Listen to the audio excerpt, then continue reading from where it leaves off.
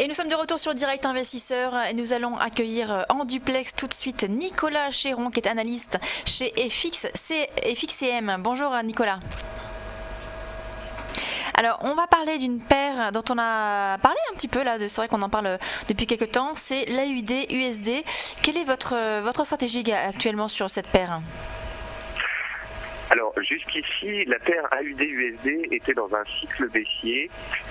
Cycle baissier de par la politique de sa banque centrale qui était relativement baissière.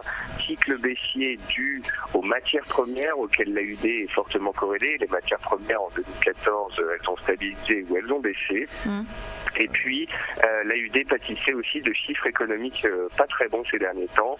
C'est ce qui a fait glisser la paire de pratiquement 1500 points de 0,95 à 0,80, qui est un seuil psychologique.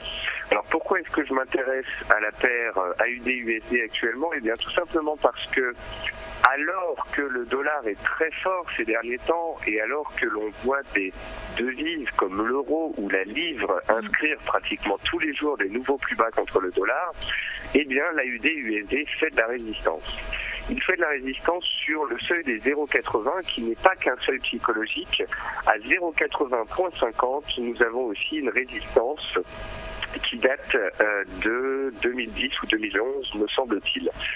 Et donc, nous avons un seuil psychologique plus un niveau horizontal. La paire a été largement survendue. Elle s'est stabilisée à court terme. Hier soir, nous avons eu la publication de chiffres des ventes immobilières qui étaient bien supérieures aux attentes. Ce soir, on attend les ventes au détail. Et donc, je me disais que si les chiffres des ventes au détail, tout comme les chiffres de l'immobilier d'hier soir, sortaient en ligne ou supérieurs avec les attentes, eh bien, cela pourrait confirmer cette force du dollar australien à court terme, qui pourrait donc être jouée via la paire AUD-USD contre le dollar, mais aussi contre d'autres devises, comme l'euro AUD ou l'AUD-Yen, par exemple. Oui, effectivement, Nicolas, on a, après cette forte chute intervenue sur l'AUD face à un panier de devises, l'AUD était vraiment une des devises les plus faibles en cette fin d'année, on a une résistance assez marquée au dollar australien, mais également comme le dollar néo-zélandais. Pour vous, on pourrait remonter jusqu'où sur cette AUD-USD ? On pourrait remonter jusque 0,8320, 0,84. Donc ça fait un potentiel d'appréciation de la paire de 300 points, ça fait pratiquement 5%. Ça, c'est à quel horizon ? À horizon de 2-3 semaines, je dirais. À horizon fin janvier. D'accord. Si on a une confirmation de la prise en main des acheteurs ce soir avec les chiffres de vente au détail, on validera un double bottom en données 4 heures, que vous voyez plus ou moins déjà dans l'idée sur mon graphique journalier, et alors il y aura un potentiel intéressant. Alors, on va passer maintenant à un autre actif, c'est le S&P, le S&P 500. S&P qui est reparti à la hausse hier après une chute ces derniers jours. Quel est le potentiel de hausse selon vous sur l'indice ?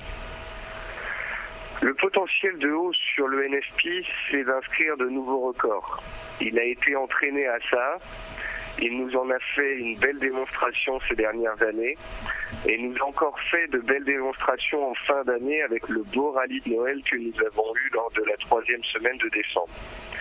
En ce début d'année, les opérateurs se sont fait des petites frayeurs. Après une année positive sur le SP en 2014, eh bien les opérateurs en début d'année, avec les petites spéculations sur le dossier grec, se sont fait des frayeurs, ont préféré sortir du marché. Néanmoins, on a enchaîné 5 séances consécutives de baisse et on est venu toucher une moyenne mobile intéressante que je vous ai mis sur mon graphique. C'est une moyenne mobile à 140 périodes. Si vous regardez cette moyenne mobile sur un peu plus d'un an, on l'a travaillée à 7 reprises. À 6 reprises, on l'a travaillée, on a pris appui dessus et on est reparti de plus belle. Et à une reprise, on l'a cassée. Donc en fait, c'était mardi soir, donc c'était il y a 2 jours de cela. Le SP500 enchaînait sa 5e séance d'affilée et se faisait peur sous les 2000 points. J'ai mis en avant le fait que s'il tenait les 2000 points et cette moyenne mobile, il pourrait relancer par la suite, c'est ce qui s'est passé. Donc j'ai un avis haussier sur le SP500 tant qu'on reste au-dessus de ce pivot dynamique qui est la MM140 et qui se trouve donc autour des 2000 points. Et je vise les plus hauts annuels et historiques dans la zone des 2090-2100 points. Donc là, selon vous, Nicolas, la baisse qui est intervenue en début d'année, comme vous l'avez dit, 5 séances consécutives de baisse, n'était finalement qu'une petite correction dans cette tendance haussière de moyen terme. Et pour vous, la tendance là est repartie. On pourrait donc revenir voir les plus hauts et pourquoi pas dépasser les 2100 points. Oui. En fait, si vous voulez, c'est les banques centrales qui créent la hausse du marché. Tant que le marché sait que le Japon est en QE intempestif et tant que le marché sait que Draghi est susceptible de nous sortir un QE européen, eh bien les marchés sont drivés à la hausse par ces facteurs de soutien.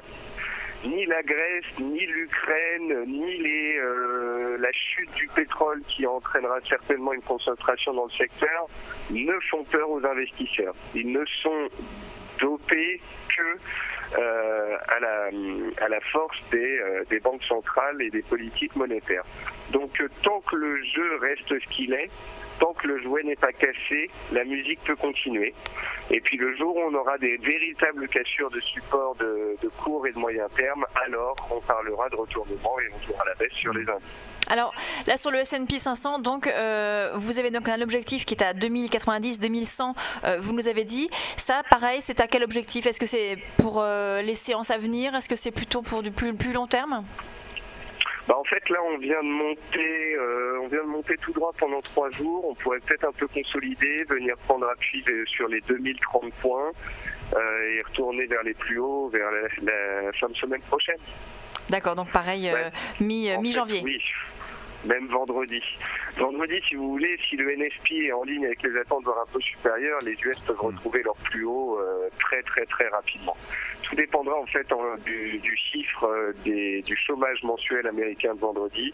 Soit il est mauvais et on reviendra sur les supports qu'il faudra favorablement tester pour retourner vers les plus hauts échéances de semaine, soit on y sera dès la fin de la semaine ou début de semaine prochaine. D'accord. Alors maintenant on va parler du pétrole. Le pétrole qui a fortement chuté, on en a parlé largement, que ce soit le WTI ou le Brent. On a eu un petit redressement hier du baril de l'or noir. Aujourd'hui vous suivez cet actif. Quelle est votre stratégie ? Le pétrole, pour moi, il faut commencer à chercher des achats, à chercher des réactions positives. Alors attention, il ne faut pas payer du pétrole avec un levier important, que c'est un actif volatile, et je dis souvent que c'est un actif qui n'est pas fait pour les cardiaques. On peut très rapidement bouger de 100, 150, 200 points. Donc il ne faut pas utiliser trop de levier, et même si l'actif est volatile, n'oubliez pas de mettre des stops. Je pense pas qu'il faille acheter le pétrole dans la descente à 47, à 46, à 45 et ainsi de suite jusqu'à ce qu'à un moment on trouve un support. Je pense qu'il faut surveiller les cours du pétrole autour de certaines zones et notamment la zone actuelle des 47 sur le pétrole WTI me semble intéressante. Je vous ai envoyé un graphique long terme, me semble-t-il. Vous voyez, oui, on voit bien cette ligne en effet. Est dans une tendance haussière depuis 20 ans.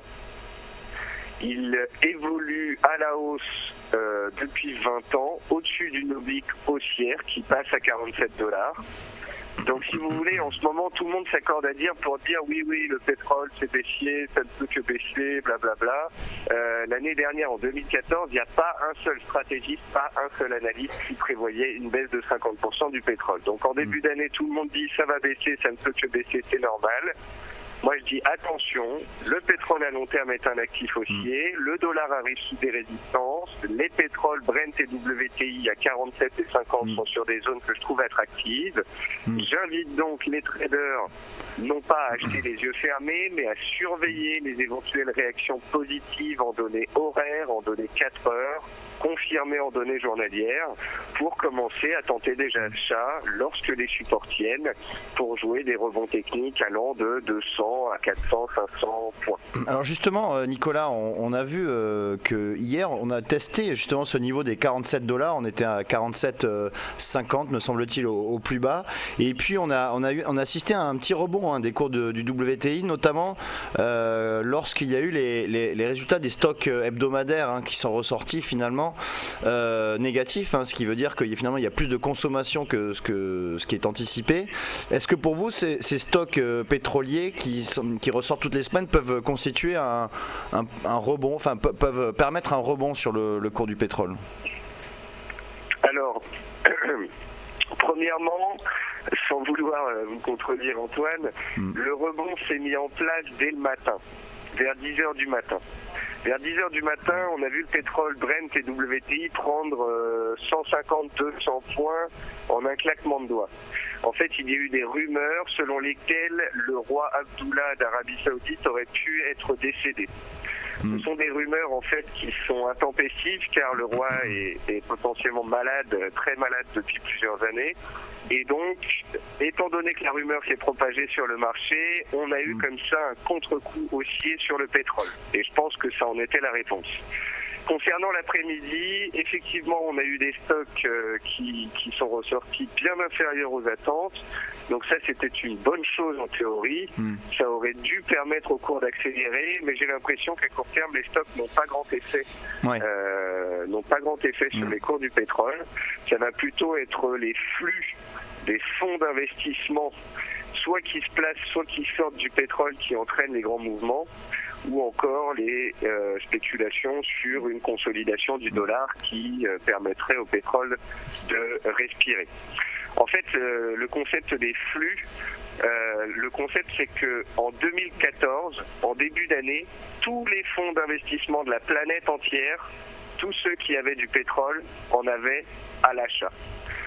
Et d'après les études en fait qui ont été faites en fin d'année 2014, malgré la baisse de 50% des cours, eh bien l'ensemble de ces fonds et fonds spéculatifs qui étaient sur le pétrole n'avaient pas encore coupé l'intégralité de leur position.